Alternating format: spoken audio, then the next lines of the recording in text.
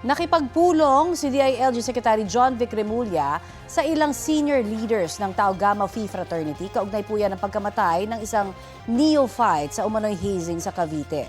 May ulat on the spot si June Veneracion. June?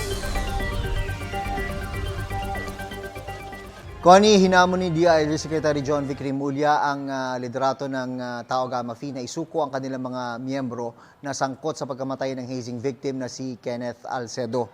Nagbigay naman, Connie, ng commitment ang Tau Gamma Phi na tutulong sila para mapalutang ang mga nagtatago nilang miyembro, sabi ng kanilang spokesperson na si Martin Asturias. Kasabay nito ay binanggit din ni Remulla ang mga pangalan ng 17 Tau Gamma members na naroon daw sa initiation rites sa Dasmariñas, Cavite.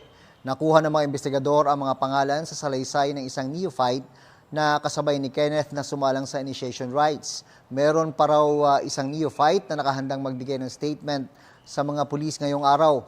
Naharap naman sa expulsion proceedings sa mga sangkot na fratmen, sabi ng Tau Gamma Phi.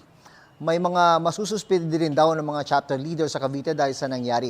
Sa kabila naman ng sunog na nangyari sa lugar kung saan ginawa ang hazing, wala raw itong epekto sa investigasyon. Sabi ni Cavite Police Chief Colonel Ariel Red, natapos na raw ng SOCO ang pagproseso sa crime scene bago pa man nangyari ang sunog. Pakinggan natin ang pahayag ni DILG Secretary John Vic Remulla. This is unacceptable. You cannot play the blame game forever. Someone has to take accountability kung ano nangyari.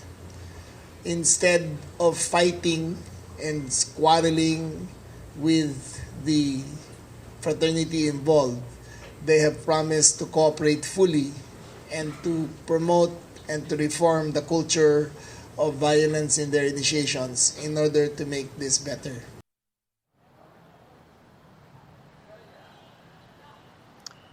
At yan muna latest mula rito sa Maynila kung saan nga nangyari ang meeting ni Secretary Remulla kasama ang mga senior leaders ng Tau Gamma Phi.